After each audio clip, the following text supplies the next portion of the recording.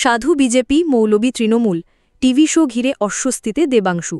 পশ্চিমবঙ্গের রাজনীতিতে টেলিভিশন বিতর্ক সভা বা টক শো অনেকদিন ধরেই একটি গুরুত্বপূর্ণ প্ল্যাটফর্ম হয়ে উঠেছে। রাজনীতি, ধর্ম, সমাজ এবং অর্থনীতি নিয়ে মুখোমুখি বিতর্কে অংশ নেন নানা রাজনৈতিক দলের প্রতিনিধি, বিশ্লেষক, সাংবাদিক এবং মাঝে মধ্যে ধর্মীয় নেতারাও। কিন্তু এবার এই বিতর্ক সভা এবং তাতে সাধু সন্ত মৌলবীদের উপস্থিতি নিয়ে সরব হলেন তৃণমূল মুখপাত্র দেবাংশু ভট্টাচার্য। তার একটি ফেসবুক পোস্ট ঘিরেই তৈরি হয়েছে বিতর্কের নতুন সূত্র। মঙ্গলবার রাতে নিজের ফেসবুক প্রোফাইলে দেবাংশু লেখেন, বিজেপি নেতারা সাধু সন্ত সেজে টিভিতে চলে আসছে, পাশেই বসে থাকছে মৌলবী। একজন একটা দলের হয়ে ব্যাটিং করে আরও বেশি করে হিন্দুদের মনে বিজেপি সম্পর্কে সফট কর্নার তৈরি করে দিচ্ছে।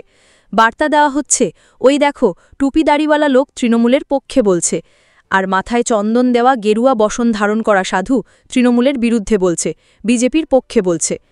বাংলার খবরের চ্যানেলগুলোও ন্যাশনাল মিডিয়াকে ফলো করা শুরু করল এভাবে। নিউজ চ্যানেল কেন আস্থা টিভি হয়ে উঠবে বলতে পারেন? এই মন্তব্যে স্পষ্টতই অসন্তুষ্টি ঝরে পড়েছে ধর্মীয় পোশাক বা পরিচয় টিভি বিতর্কে উপস্থিত থাকায়। দেবাংশুর অভিযোগ, এই কৌশলের মাধ্যমে দর্শকের ধর্মীয় অনুভূতির ওপর প্রভাব ফেলার চেষ্টা হচ্ছে। বিজেপি সাধুদের সামনে বসিয়ে নিজের ভাবমূর্তি নির্মাণ করছে, যেখানে মৌলবীদের তৃণমূলপন্থী দেখিয়ে সংখ্যালঘু সমর্থন দেখানোর কৌশল নেওয়া হচ্ছে। তৃণমূলের অবস্থান ও প্রতিক্রিয়া। দেবাংশুর এই পোস্ট ঘিরে তৃণমূলের শীর্ষ নেতৃত্ব যদিও প্রকাশ্যে মন্তব্য করেননি, তবে দলের অন্দরে এই ধরনের বিতর্ক সভা নিয়ে দীর্ঘদিন ধরেই ক্ষোভ রয়েছে। একাধিক তৃণমূল নেতা মনে করেন, মিডিয়ার একাংশ অত্যন্ত পক্ষপাতদুষ্ট এবং পরিকল্পিতভাবে তৃণমূলকে ধর্মনিরপেক্ষ মুখে তুলে ধরলেও কার্যত বিরোধী পক্ষকে সুবিধা পাইয়ে দিচ্ছে। একজন নাম প্রকাশে অনিচ্ছুক তৃণমূল নেতা বলেন, ধর্মীয় পোশাক পরিহিত লোকদের দিয়ে রাজনৈতিক বিতর্কে অংশগ্রহণ করানো একটা ঘৃণ্য কৌশল। এতে করে দর্শকের মধ্যে আবেগীয় বিভ্রান্তি তৈরি হয়, যুক্তির জায়গা ক্ষয়প্রাপ্ত হয়। বিরোধীদের পাল্টা আক্রমণ। অন্যদিকে বিজেপি বলছে তৃণমূলের এই বক্তব্য আসলে ধর্মীয় সহাবস্থানের বিরুদ্ধে। বিজেপির এক নেতা বলেন, তৃণমূল এখন এমন জায়গায় পৌঁছেছে যেখানে কেউ ধর্মীয় পোশাকে কথা বললেও তৃণমূল নেতাদের সমস্যা হয়, অথচ নিজেরাই মুসলিম তোষণ করে এসেছে বছরের পর বছর। এখন যেই হিন্দু সাধু গেরুয়া পরে কিছু বলল, সেটা বিজেপির চক্রান্ত, এটা হাস্যকর। তিনি আরও যোগ করেন, এটা গণতান্ত্রিক অধিকার, যে কেউ যে ধর্মেরই হোক না কেন টিভি চ্যানেলে মতামত রাখতে পারে। দেবাংশু ভট্টাচার্যের বক্তব্যে শুধু হীনমন্যতা নয়, অসহিষ্ণুতার পরিচয় মিলছে। বিশেষজ্ঞের মতামত।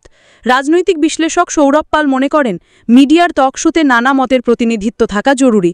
ধর্মীয় পোশাকের মধ্যে থেকেও কেউ রাজনৈতিক আলোচনা করতে পারেন যদি তা যুক্তি নির্ভর হয়, কিন্তু যখন এই প্রতিনিধিত্ব পরিকল্পিতভাবে ধর্মীয় প্রতীকের মাধ্যমে বিভাজনের বার্তা দেয়, তখনই তা সমস্যা হয়ে দাঁড়ায়।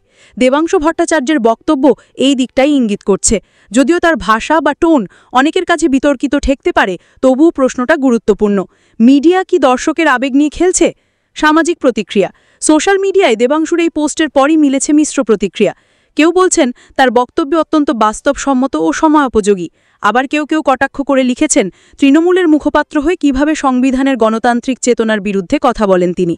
একজন টুইটার ব্যবহারকারী লেখেন, ধর্মীয় পোশাক পরা মানেই যদি কারোর রাজনৈতিক অধিকার না থাকে, তাহলে তো রাজনীতিতে সবাইকে ইউনিফর্ম পরে আসতে হবে। টিভি বিতর্ক সভা কি রাজনৈতিক প্রোপাগ্যান্ডার হাতিয়ার হয়ে উঠছে?